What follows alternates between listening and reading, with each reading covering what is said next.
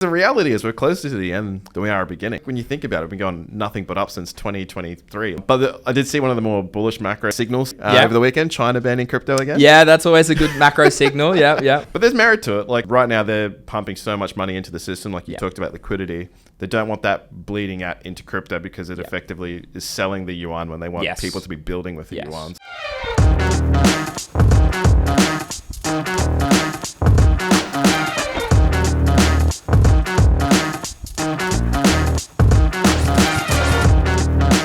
Hey guys, welcome to this week's episode of the Tapping Into Crypto podcast. And with me, he's back, Sam. Mate, special guest. It's good to be back, Pav. Thanks for having me. So Sam, aka Greeny from the trading group, Greeny's trading group, GTG. If you haven't heard of it, it's been a long-term friend of the show. It's good to have you back, mate. Ted's away. He's gallivanting somewhere through Turkey right now. Oh, okay. Yeah. Maybe getting a hair transplant, maybe not. Fair. So we're going to wait and see what he comes back as. But yeah, mate, hope you're enjoying it over there, Ted. I know you're definitely listening. But today I thought, very fitting time in the market. Ted and I have been talking actually the last 2 weeks how we saw so much green. Yeah.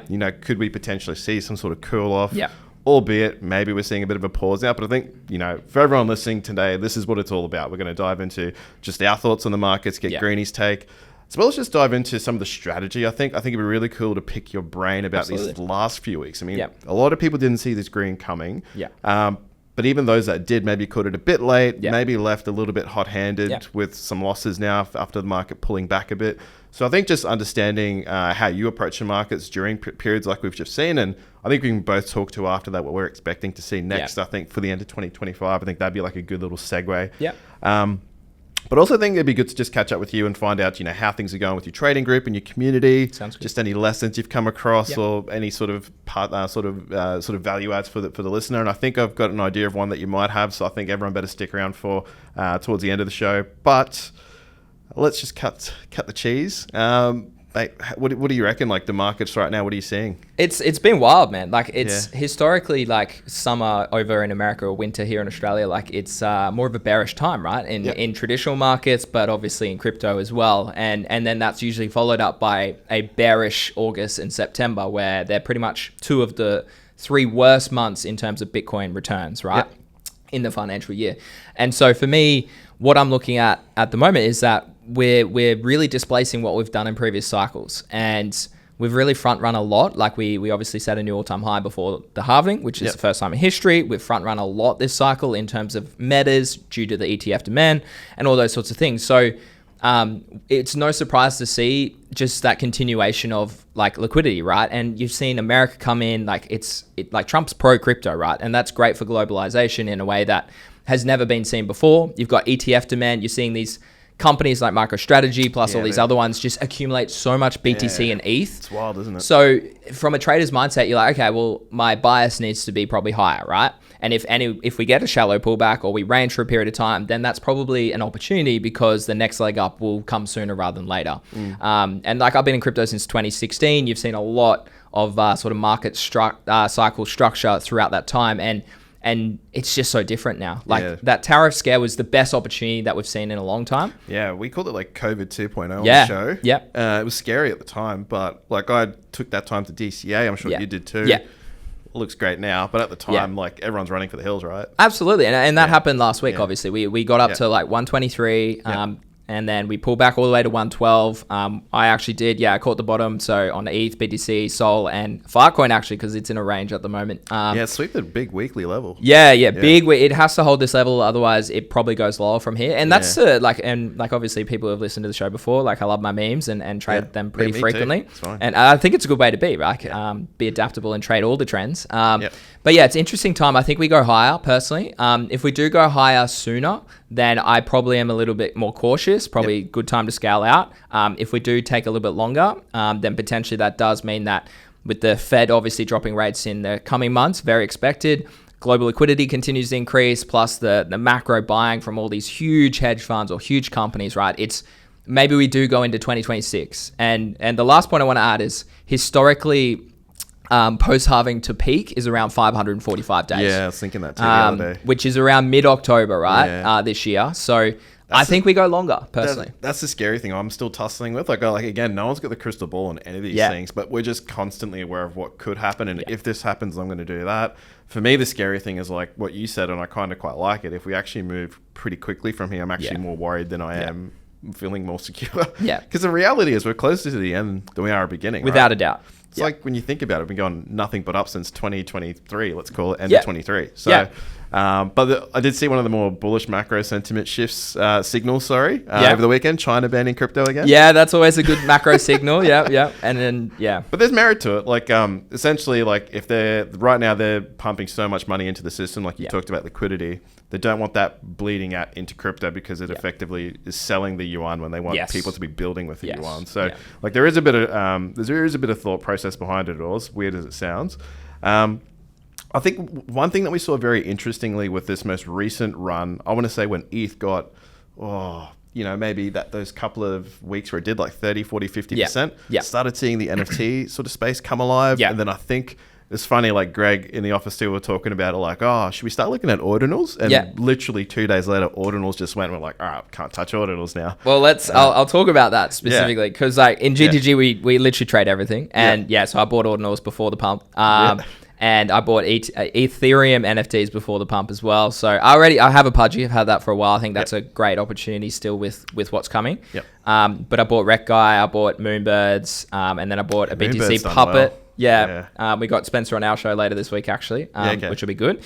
And then, I bought a BTC Puppet and a Node Monkey over on Ordinals because I think that's a good hedge, right? Like, BTC upside max 150, 180 in my opinion. Like that's trillions of dollars. Like when you think about it, like where's that coming from? So for me, I think some of those ordinals could outpace BTC in the same period of time. Okay. And what's so when you think about the whole, look, guys, we're going to rotate into the NFT scene now. Like what's triggering that for you guys? I think it's the adoption of ETH, right? And so, or like not the adoption of ETH, but like I mean that from probably the macro sense and the institutional sense. Okay. Where I come from it from a trader's POV and an opportunity from like a person who's listening to the show, it's like, okay, well, the money's moving into Ethereum. If you look at Ethereum dominance, it's going up. If you look at the ETH versus BTC pair, it's also going up. It's found a bottom. Basically, both of those charts bottomed at the 2019 lows of the same equivalence. So I was like, well, okay, this is a good hedge on where you probably want to be on the market. And right now, everyone's really wanting to trade on Ethereum and subnets or like obviously layer 2s and stuff. But the hedge of NFTs and the hedge of meme coins like Pepe, but Pepe's really fallen off. But like MOG, SBX, Reccoin as well, like some of the most performing or best performing assets we've seen over the past couple of months are all Ethereum-based meme coins, right? Solana had a huge multi-year bull, like huge, just absolute like adoption, right? But now we've seen a shift back into Ethereum. And so for me, I trade all these micro trends on Ethereum, whether they're NFTs or meme coins, to make more ETH at the end of the day, right? Because I do think they outpace Ethereum as an asset. All right, let's dive into that. Like, we talked about, being consistent in markets where, it seems really easy for periods, but now we go through a period like this and, if you bought potentially a little bit on the way up, you're like, what did I do wrong? Yeah. So how do you sort of guide your community and sort of even from a personal perspective go about consistency in markets like what we're seeing? I think the number one's patience. I think a lot of people, they FOMO into green candles and they dump into fear and red candles. And it's literally like you should do the opposite. So many people trade emotionally. And so my job with my community and the broader space on all the things that I do is to just try and educate people around thinking about markets in a different way. And that took me 7 years to learn. So my goal is, and my philosophy is to try and fast track other people's journeys so that they don't fall into the same mistakes that I did for a long period of time. And so I've nailed everything this cycle. I've taken profit in terms of like during euphoria on a range of different trades. I'm not scared to take profit if there is a bit of a pump, and same with some of the traders in the group as well, Craig, more notably. And from there, obviously, we wait and we just stay patient. We wait for an entry to come to us. And if it doesn't come to us, then that's okay. There'll always be another opportunity. I just find it hilarious. Like literally the point where you feel like you've made it is when you can actually take profits and just sit on it. It just seems so like weird that that's the problem. And the beautiful part of that is that you have liquidity when there's a dump, right? And then you have the decisions that other people can make, right? Because they're still bag holding trash that's probably going to go to zero over time. Whereas we've made smart smart decisions to scale out at the right time, or into like Rect and Pengu, which are up like 10x in the past sort of couple of months. It's like, well, yeah, take some profits off the table, man. Like, that's crazy.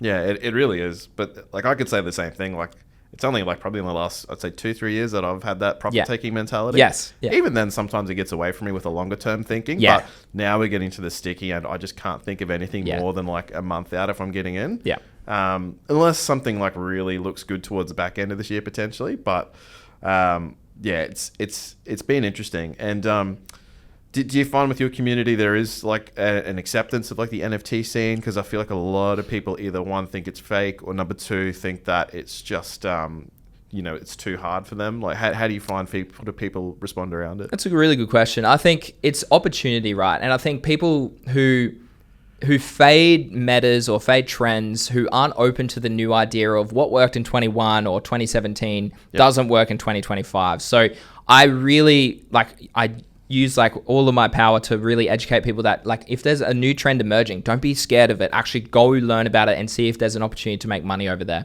So regarding NFTs, I think it's been a big shift into utility this cycle, obviously with Pengu and Pudgy Penguins and Luca and what he's building over there. So can you just like sort of explain that for people? I suppose for people who don't know. So Luca Nets is probably one of the most notable people in cryptocurrency, one of the most notable founders. He acquired Pudgy Penguins maybe 3 years ago now, 3 or 4 years ago. During the bear market, and where he's taken that IP, that brand is crazy. Like their Walmart toys, it's probably rumored that they're going to be McDonald's toys. True. They launched a Pengu token, which millions of people got for free. They obviously have one of the biggest IPs out there across Instagram, TikTok, all those sorts of things. They have billions of views on their Giphy.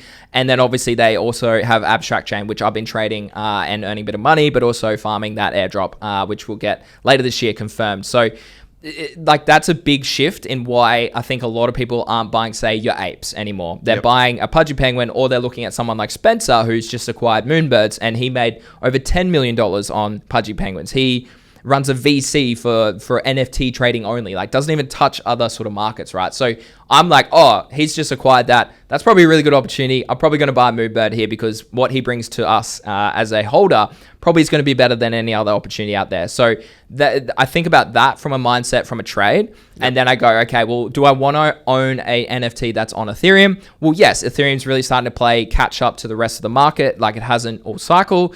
And I think it's a good hedge on Ethereum. I could probably make more Ethereum by holding a big Pudgy or holding my Moonbird for a short period of time or 6 months, whatever it is, than trying to hold ETH in that same period of time. So always thinking analytically about trends, markets, and I'm extremely plugged in. Like I'm plugged in every day. So it's I think you have to be. And I mean, to be the leader of a community, you have to be. But I love it, man. It's so good. Yeah, no, absolutely. What would you say are like other sort of lessons just from your community? Let's go back to there, like that you've sort of seen other people like turn a corner on, or even yourself maybe just sort of readjusting your way that you think about. Because I think a big challenge for you would be, and your team, is like, how do you take something that you know and distill it down in a way that other people can get it, right? Like it's not easy. No, and I think luckily like I'm a qualified teacher, and I think that naturally helps. That. Yeah, 4 years in the industry, and then I was an educator before that for a while. So 10 years of experience in that industry definitely helps me sort of articulate it to people in a way that's digestible.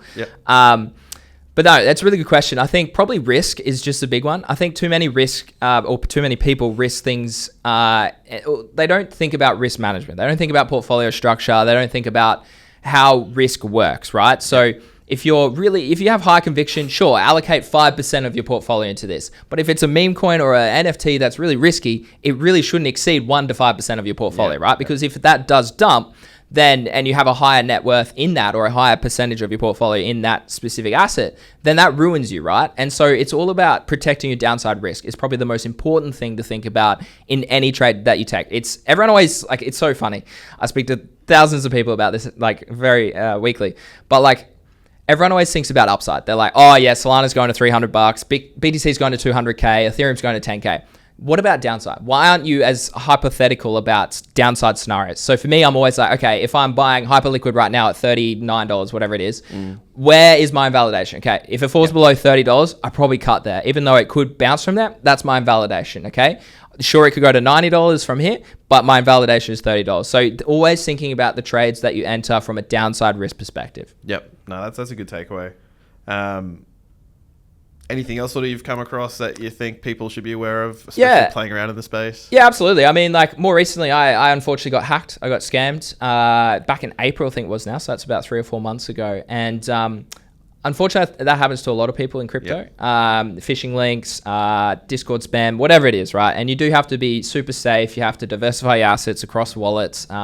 All that's like really important part of protecting your identity, all these sorts of things. And we really focus on that in GTG as well to make sure that safety occurs. But unfortunately, things do happen. And that happened to me in April. And I suppose the lesson from that is not like doom and gloom. I see a lot of people lose a big trade, they lose a lot of money, they gamble it away, whatever it is, and they walk away. In my opinion, when you're at your absolute low, that's the best learning opportunity you can literally have in life, but obviously more so in crypto as well. And so it was a kick up my bum for me, and I've already made more money than I lost from that scam. Good. Yeah, and it was a really good, it kicked up the bum for the business, for my content, for what I wanted to achieve in this space, and keep helping more people so that they don't fall victim to what I did. Is how you can bounce back. Yeah. No, that's commendable, because I kind of agree with you quite a bit. Like I've looked back at like my journey too. It's like the points at which you're just the most like not broken, but just like you feel like everything's against you is when you get the most amount of change as a human being. So that's not even crypto specific, to be honest. No. So that's someone who's had 3 kids and a 4th one on the way. So I'm a very broken man. Let's talk about just the road ahead, and just like just throw out some ideas. Okay. Like, we've seen let's talk about 2025 real quickly. Everyone ended 2024, got super bullish, super like, oh my God, we're finally going to start going up. Hold on as tight as you can. And then Donald Trump came, served everyone a piece of tariff pie. We saw the market again, like we've got so much data around it. It's pretty much a COVID flash crash. Like we saw when we look at the de-risking event that we saw globally across markets, not just crypto. So we're seeing the world pick itself back up. Crypto kind of had a bit of a slowish start. Bitcoin still making new all-time highs, but which I think is ridiculous. S&P and the like only just starting to crack into new highs. What do you sort of see? Not to go too close, because it's hard, right? Like you said, I do agree with you seasonally, like August, September, everyone's away. Kind of is a quiet lull period in the market. Sort of how are you sort of foreseeing what are things that you're looking forward to, I guess, heading into the back of the end of the year? And I think it still comes down to like, where's an opportunity where you're early, where liquidity, volume, people still deny, or people are only starting to talk about. So number one for me is probably abstract chain. And I've spoken about this before, and I think it's like, I've been there pretty much from the start. So for people who don't know what abstract is, it is the Pudgy Penguin layer 2 to Ethereum. So a competitor of Base, it's a consumer chain. So I stream on there daily. I trade meme coins. I play games. That. It's not just for trading, right? Correct. Okay. Yeah. So it's a complete consumer, layer 2 on Ethereum. And it makes it cheaper, right? Because you're not using ETH as gas. And all these sorts of things. So for me, like, there's only $12 million consistently over the past couple of weeks of volume per day on that chain. Right. When you compare that to Base, which has $1 billion, when you compare that to Solana with $10 billion, compare it to Polygon, which has like $100 million per day, you're still so early to abstract chain, and it has an airdrop later this year. So it's like, something like that really appeals to me as a creator, but also as a trader and an opportunist. And I think doubling down there more recently has been a really good bet. And the community GTG is absolutely printed on abstract already, and I think we will continue to be. Outside that, I think it's just about understanding now about risk off, having an exit plan, thinking we are definitely, as you said earlier, closer to the end of the cycle than even mid-cycle now. I mean, I caught the bottoms in mid-23, traded like Solana at $17, caught Radium at 20 cents. That ran to $8 already. So like, you need to understand that, like, and the people who listen, like, we are at the good end. There's a lot still ahead. I think this could last 6 to 9 months, but it's also the end. So do think about de-risking, have an exit plan. What does that look like? Are you a long-term holder of BTC and ETH? Are you someone that needs the liquidity for IRL? Think about these sorts of things. And these are conversations that we have in my community every day. And I think it's so important because, and I often get the feedback, Greeny, thank you for saying you took profit, because so many people don't do that. It's true. And, or even like accept that you have a loss, right? Like I said earlier, if there's a trade to be taken and it doesn't quite pan out the way that you want it to, have invalidation and just cut it. Because otherwise, like, liquidity is so important. Like, you need money to make money. And if you're stuck holding a bad trade, you're missing a really good opportunity over here. Yep. And so many people do that so frequently. So I really try to advocate that you don't do that. Okay. And when we're talking like end game, what does that look like to you? Is there any sort of like, let's say two or three things that you're sort of pointing your eyes at to say, hey, look, this is making me consider we're getting toppy? Yeah. So I use a range of indicators. So fear and greed index probably is the number one. It's just a great social sentiment sort of and on-chain sentiment that really shows you, okay, well, how euphoric is everyone who's invested in crypto. And anytime that gets above 80, it's a very good opportunity to probably scale out along that. So that's probably one that I look at. BTC itself, if you take a Fibonacci, which is a trading tool that I use every day, if you take the Fibonacci from the top of last cycle at 69K all the way to the bottom at 15K, BTC usually hits the 3.618 extension. In my opinion, we don't get that. That's like 225K. Yeah. But the 2.618 is around that 155K mark. So if we do start to trend towards 150K, I think that's toppish. A lot of people called for 100K last cycle. We got to 69K. True. So trying to front run probably the top is where I'm looking to scale out. And I mean, like, I think, like, what's the difference of 5 to 10%, right? Or even 20%? Like, well, yeah, that's where I go back to what you said, like having that money for the drawdown. Like, if things are down 30%, well, you just got things cheaper. Exactly. There's more upside anyway. So again, like taking profits, it's that power of compounding. I think was when the penny dropped for me personally. I was like, oh, I'm an idiot. Yeah. Yeah. So, and I mean, like, don't get me wrong, like BTC, Ethereum, they're here to stay. Like they are, and probably Solana as well. You could throw into that conversation these days. And I mean, with these ETFs now that the altcoins will get, well, yeah, there's a lot of like Hyperliquid and Dogecoin and AVAX, like they are all building. Like it's very clear, but there will be a bear market again. Yep. And BTC, maybe it only goes to 100K again or 90K, right? But you'll still have a time to accumulate. It's not going to be just a flash crash like COVID or like we saw in tariffs. It will be a time where it's grinding out, finding support wherever that is. And that's the time to go, okay, this is probably the bottom again, whether that's 27 or 2028 or 2029. Okay. Yeah. And do you sort of give much thought to the whole everyone's calling for a super cycle? I mean, the fact that everyone calls it for me is like a warning sign. I'm sure you're probably in the same boat. Absolutely. I mean, yeah. I still, like, I'm big on Twitter and a lot of people still think there's an altcoin season coming, and I don't see it. I've said that all cycle. The reason is everyone's so rotational. Liquidity is so focused on NFTs, memes, all these different chains now. So it's so spread. There's no attention focus like it was in 2021 on Ethereum, on NFTs, right? Yeah. So altcoin season looks very different. Meme coins have displaced that quite a lot as well. You've seen Pepe run to 10 billion. You've seen Filecoin go to 2 billion. You've seen huge meme coins go up, right? If you look at most top altcoins from 2021 cycle, they all are horrific in their USD pair and also against BTC. Yeah, the BTC, it's a bloodbath. Exactly. Yeah. So if you look at that, you look at Total 3, which is just every token except BTC and ETH. You look at Others Dominance, which is all your tokens outside the top 10. Yep. Sure, there might be a little rally like we've seen more recently, but not a sustained rally. Like the institutional wealth demand for BTC and Ethereum and these assets, it's too much. Like they don't care about. Okay, if you have like $10 million, you're not trying to chase a 100x meme coin, right? You just want to get more than what the stock market gives you. You just want to get an annual return that outpaces any other asset in the world, right? So people need to think about it from that sort of mindset as well, because money rules the world, and we as traders only have a very tiny percentage of it, whereas these big capital institutions, they have the most of it. So you need to think about, okay, well, what are they going to do? Yep, that's a really good way to frame it. Actually, that's a good place to end it too, to be honest. But I think you should really give a big up to your group. Tell people where they can catch you. Yeah, sure. Easy. Well, GTG, it's my trading group. We've been doing it since 2023, so over 2 years now. And we trade everything from futures, altcoins, spot, NFTs, meme coins, airdrops. We have it all in there, and we focus big on education. We have weekly live streams, trading tutorials, trading courses, all that in there. So anyone who's a pro or who wants a supportive community can join us. But if you're a novice, if you're new to crypto, it's a great place to start as well. And if you're looking to join, it's gtg.education is the website. You can check it out there, or you can send me a message on any socials. It's just Greeny Trades is my username. Mate, legend. I want to thank you so much for coming in. Probably have you on again before the cycle's out, so we can just keep checking the boxes and seeing how we're tracking. But mate, thank you so much, Greeny. You're welcome, Pap. Thanks everyone. We'll see you again next week. Hope you enjoyed it.